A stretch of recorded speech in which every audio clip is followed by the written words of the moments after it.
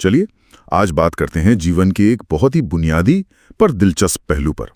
जीव अपनी अगली पीढ़ी कैसे तैयार करते हैं, मतलब जनन।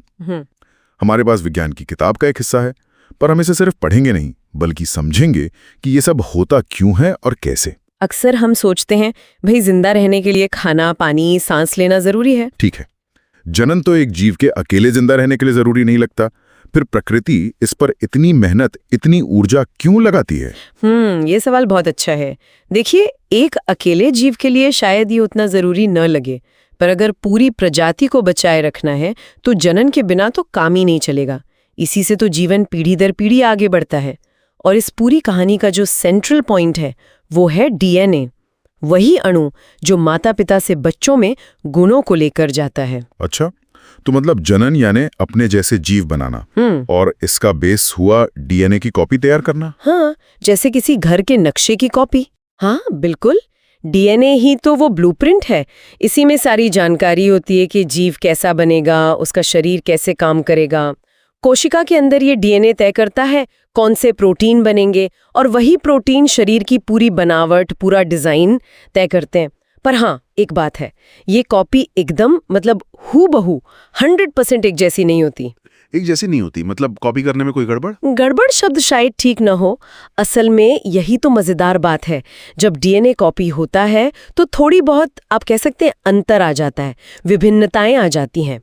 कोई भी बायोलॉजिकल प्रोसेस पूरी तरह परफेक्ट नहीं होता ना, और ये जो छोटे छोटे बदलाव हैं ये बड़े काम के हैं। काम के बदलाव तो नुकसान भी कर सकते हैं। हाँ, कभी कभी कर सकते हैं, लेकिन ज्यादातर ये प्रजाति के लिए फायदेमंद होते हैं। सोचिए ना, अगर वातावरण बदल जाए, मान लीजिए तापमान एकदम से बहुत बढ़ गया, अगर उस प्रजाति के सारे जीव बिल्कुल एक जैसे होंगे तो शायद कोई भी ना बच पाए। हाँ, ये तो है जरूरी। और हाँ, इसी से तो जैव विकास, इवोल्यूशन होता है। अच्छा, यानी विविधता में ही बल है। तो जीव ये विविधता लाते कैसे हैं? आपने कहा था 2 तरीके हैं शायद। मोटे तौर पर हाँ, 2 मुख्य तरीके हैं। एक है अलैंगिक जनन यानी एसेक्सुअल रिप्रोडक्शन, और दूसरा है लैंगिक जनन यानी सेक्सुअल रिप्रोडक्शन। अलैंगिक मतलब?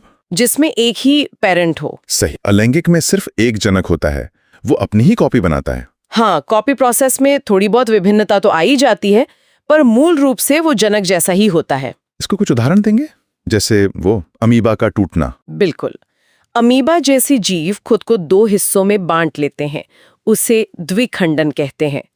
प्लाज्मोडियम जैसी जीव एक साथ कई हिस्सों में बट जाते हैं, बहुखंडन। कुछ होते हैं जैसे स्पाइरोगायरा, वो टूटकर नए बन जाते हैं, उसे खंडन कहते हैं। और हाइड्रा या यीस्ट में शरीर पर एक छोटा सा उभार निकलता है, मुकुल, जो बड़ा होकर नया जीव बन जाता है, इसे मुकुलन कहते हैं। अरे हाँ, और पौधों में भी तो होता है। आलू से नया पौधा उग जाता है, या गुलाब की टहनी लगाने से। बहुत बढ़िया, उसे कायिक प्रवर्धन कहते हैं। ये सब अलैंगिक तरीके हैं, तेज हैं, आसान हैं, पर इनमें विविधता ज्यादा नहीं आती। ठीक है, और दूसरा तरीका लैंगिक जनन, उसमें 2 जनक क्यों लगते हैं? लैंगिक जनन में जैसा आपने कहा, 2 अलग अलग जनक होते हैं, एक नर और एक मादा। दोनों से खास कोशिकाएं आती हैं जिनमें आधा आधा डीएनए होता है। जब ये कोशिकाएं मिलती हैं तो एक नया कॉम्बिनेशन बनता है। इससे जो संतान पैदा होती है उसमें अपने माता पिता दोनों के गुण होते हैं, पर वो उनसे अलग भी होती है। इसमें विभिन्नता बहुत ज्यादा आती है। लेकिन एक मिनट, अगर 2 जनक से डीएनए आएगा, आधा आधा भी, तो मिलकर तो पूरा हो गया। पर अगली पीढ़ी में फिर से 2 जनक से आएगा, तो डीएनए डबल नहीं होता जाएगा? नहीं, प्रकृति ने इसका भी इंतजाम किया है। बहुत स्मार्ट सिस्टम है।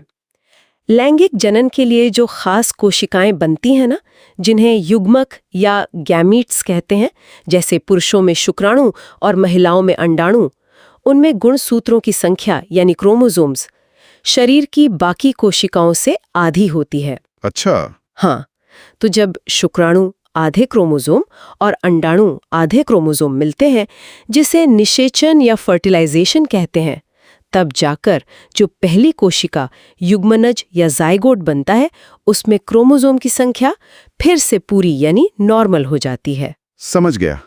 तो ये डबलिंग वाली प्रॉब्लम सॉल्व हो गई। ये तो पौधों में भी होता है, फूलों के जरिए। हाँ बिल्कुल, पुष्पी पौधों में फूल ही उनके जनन अंग है। फूल में नर भाग होता है, पुंकेसर, जो परागकण बनाता है, इनमें नर युग्मक होता है, और मादा भाग होता है स्त्री केसर, जिसके अंडाशय में बीजांड और उसके अंदर अंड कोशिका यानी मादा युग्मक होता है। और फिर वो परागकण हवा या कीड़ों से? हाँ, हवा, पानी, कीड़े, पक्षी, किसी भी तरीके से परागकण जब स्त्री केसर के ऊपरी हिस्से वर्तिकाग्र तक पहुंचते हैं तो उसे परागण या पॉलिनेशन कहते हैं। फिर परागकण से नर युग्मक अंड कोशिका तक पहुंचकर निषेचन करता है। इसके बाद वो जो बीजांड था वो बीज बन जाता है और पूरा अंडाशय फल में बदल जाता है। फल बीज को सुरक्षा देता है और फैलने में मदद करता है। कमाल है, प्रकृति का पैकेजिंग सिस्टम। अच्छा, अब जरा इंसानों की बात करें। ये प्रक्रिया यौवनारंभ यानी प्यूबर्टी से जुड़ी है ना? हाँ, जब शरीर में काफी बदलाव आते हैं। हाँ सही। किशोरावस्था में लड़के और लड़कियों दोनों में ही शारीरिक और हार्मोनल बदलाव आते हैं जो उन्हें लैंगिक रूप से परिपक्व बनाते हैं। कुछ बदलाव तो कॉमन होते हैं, जैसे कांख और जननांगों के आसपास बाल आना, त्वचा का थोड़ा ऑयली हो जाना, मुहासे निकलना वगैरह। और कुछ अलग अलग होते हैं। हाँ, लड़कियों में स्तनों का आकार बढ़ना शुरू होता है, रजोधर्म यानी पीरियड्स या मासिक स्राव शुरू हो जाता है, लड़कों में दाढ़ी मूंछ आने लगती है, आवाज थोड़ी भारी हो जाती है। ये सब लैंगिक परिपक्वता के संकेत हैं। पुरुषों में जनन तंत्र कैसे काम करता है? पुरुषों में मुख्य जनन अंग वृषण या टेस्टिस है, जो शरीर के बाहर एक थैली वृषण कोश में होते हैं। ऐसा इसलिए क्योंकि शुक्राणु बनने के लिए शरीर के सामान्य तापमान से थोड़ा कम तापमान चाहिए होता है। अच्छा। इसमें शुक्राशय और प्रोस्टेट ग्रंथि से निकलने वाले तरल पदार्थ भी मिल जाते हैं, जो शुक्राणुओं को पोषण और गतिशीलता देते हैं।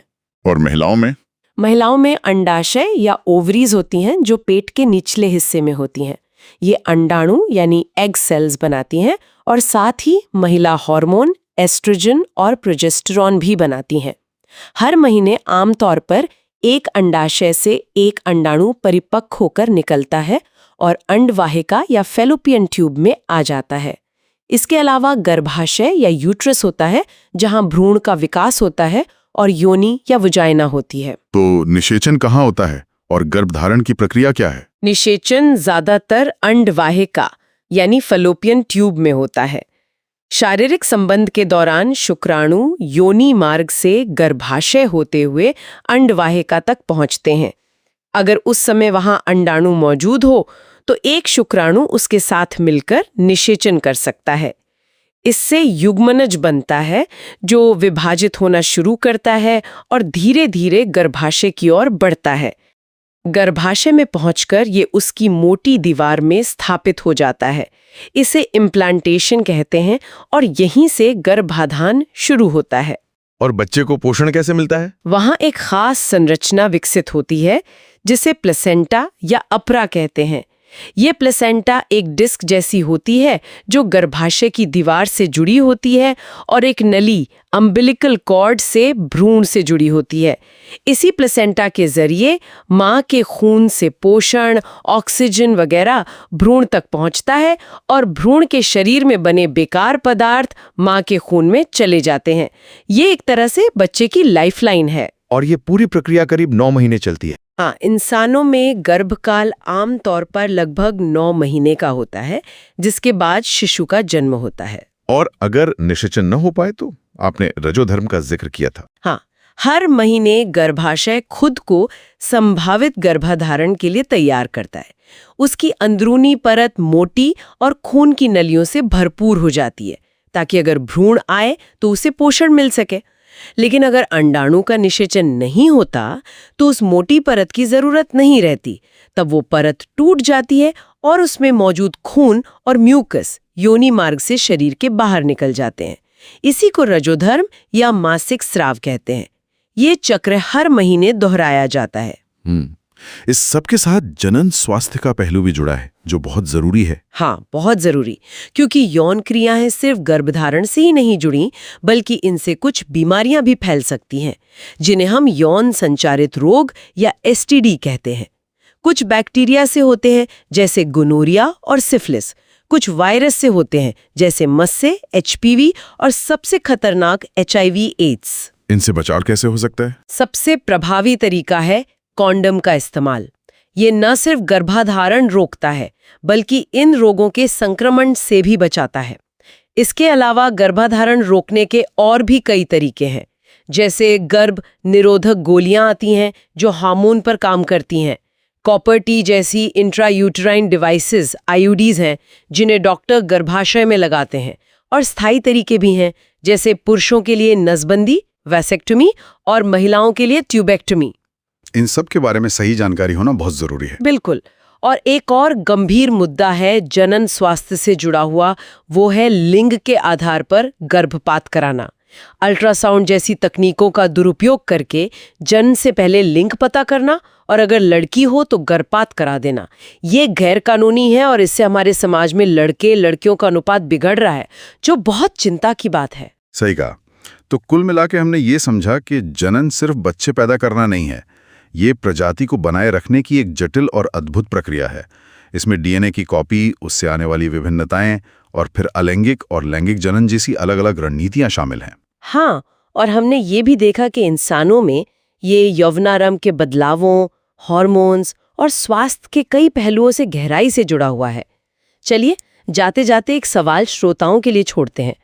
हमने बात की कि लैंगिक जनन से ज्यादा विविधता आती है जो प्रजाति के लिए अच्छी है, पर क्या ये विविधता उस अकेले जीव के लिए भी हमेशा फायदेमंद होती है, या इसका मुख्य फायदा प्रजाति के लेवल पर ही है? इस पर सोचिएगा जरूर।